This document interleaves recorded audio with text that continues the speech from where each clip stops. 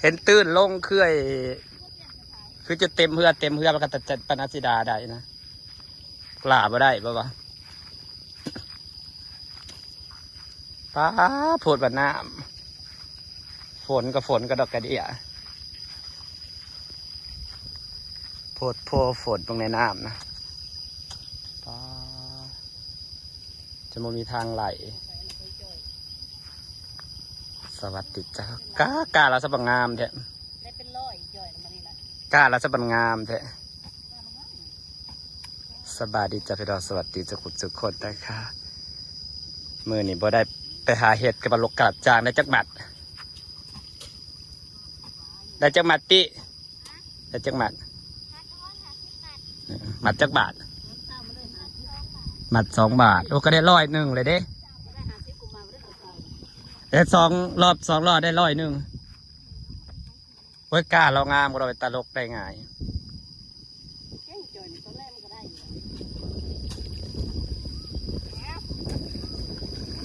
แต่คนละจัก100พี่แต่สุดจูที่ลกนะวันนี้ผู้อื่นมาลกบ่ถ้าจ้างมือใดดำนะ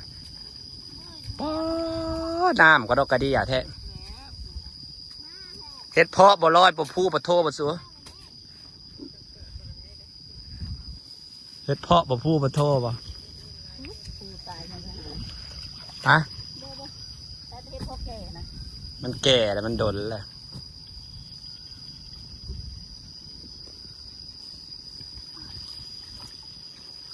สวัสดีจ้าไปมาเบิ่งดนตรีลกกาลับจ้าดิได้เงิน100บ่วันนี้นะได้เงินเท่าไหร่100ก็ได้200เนาะ100ก็ได้200ได้เงิน200 บาทพุ่นน่ะเก็บไว้เด้อได้อยู่100นะพุ่นเก็บจอดกระปุกไว้ตอนเช้ามันก็ได้ละ50 กว่าจะซื้อเก่งหลายเก็บไว้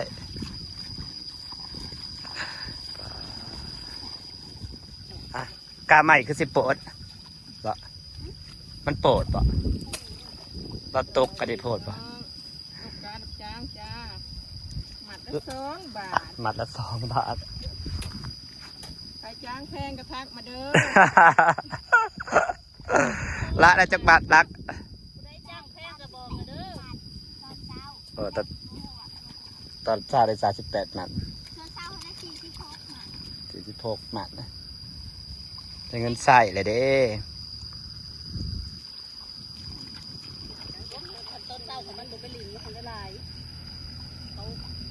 ตั้งใจหาเงินแล้วผลิต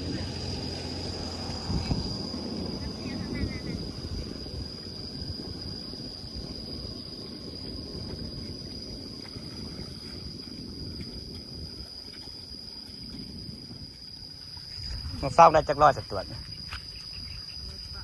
ได้พูดเลยจัก100ดีละได้100 ปลายอันนี้มันได้หนับบ่พอได้ไ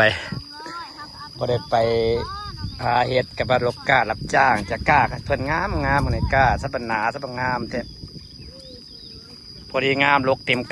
กำเราจะจ้างมืออื่นนี่ป้าน้ำมันนะล้นไห่ล้นคันเป็นตะดำยากเลยลกสัตว์จักหมัดตีพอแมงน้ำพันได้หนับป่ะ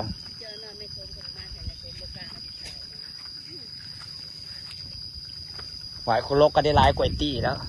ปกติบัตรละ2 บาทบัตรละ2 บาทบ่ฮู้บ่สุบลกกาบัตรละ2 บาทจ้ะเขาสุรดูหน้าเต็มโตแล้วจ้ะพี่น้องจ้าฝนก็ตกดีเดี๋ยวฝนกับบาดำนาลกกาลัดจางบ่ทั้งบ่ได้จัก100เด้อประมาณจัก100ไปทั้งเบิดนี่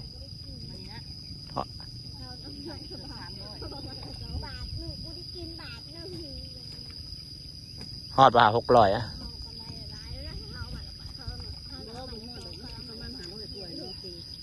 เราสิจ้างได้จะจ้างมาอื่นนี่เราสิจ้างมาอื่นนี่ เขาจะจ้างดำมืออื่นเลย จ้างนกได้อีก มือเฮ้อพวก เราดำ มือเดียวกันแล้วจ้างวันละจ้างดำนาน่าจะตรวจวันละ200 บาทจ้าจ้างดำนาลกก้าแล้วได้หลายกว่า100 บาทก็ได้200เลย200 หมัดก็ได้400เลย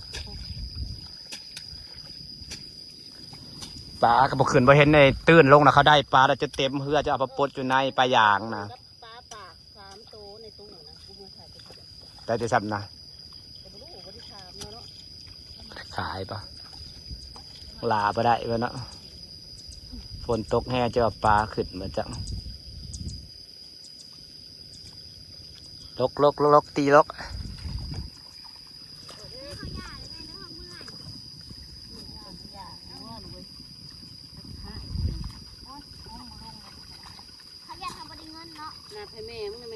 มานับกาอยู่ตีได้จังหวัดแมงนะ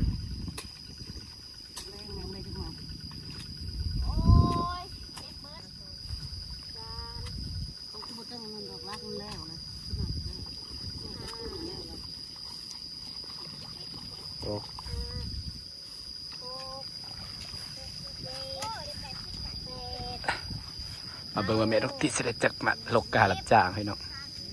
กาหนังงามสีเขียวงามเด้อพอดีดำม่วนและกาสำนีนกาหน่อย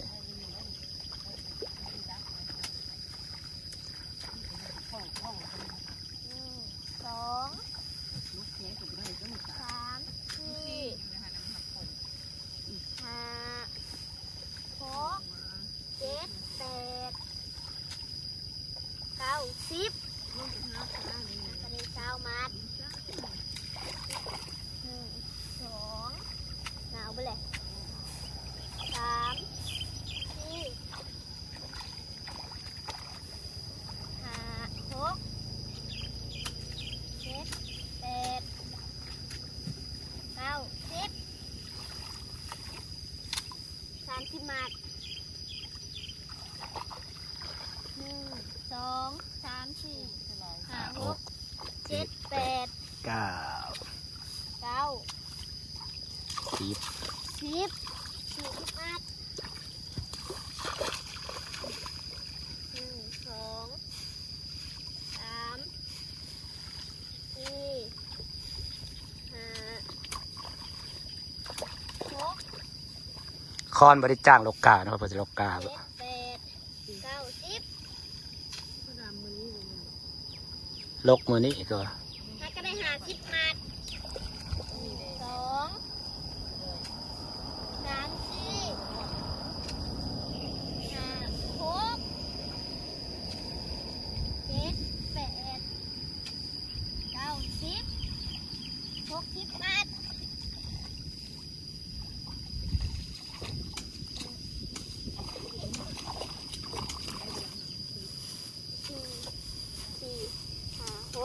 เจ็ด 7 แปด 8 เก้า 9พูดของห้าวเหรอ นับตัวจาก10 10 20 30 40 50 60 60ถ้า70แต่ตัวนี้ต้องเอามาใส่อีกหมัดหนึ่ง จังหวัดหนึ่งเป็น70 เอามาใส่เอาลบใส่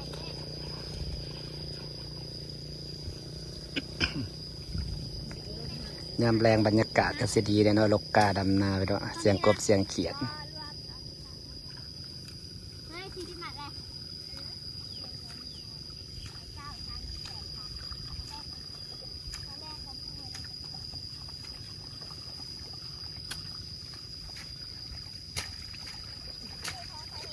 ปัดครับ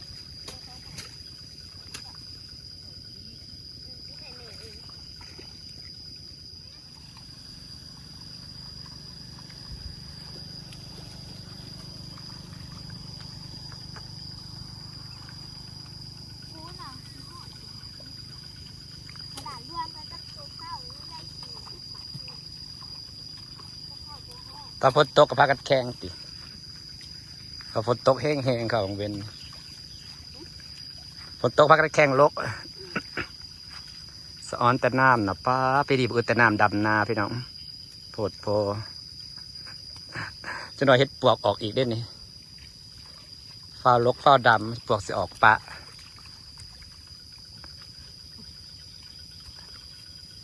ไปแล้วไปดอกสีขาวบ้านเลยแวะเบิกพวกเปิดลกกะฝนตกเบิดมือเบิดเว้นโคตรฝน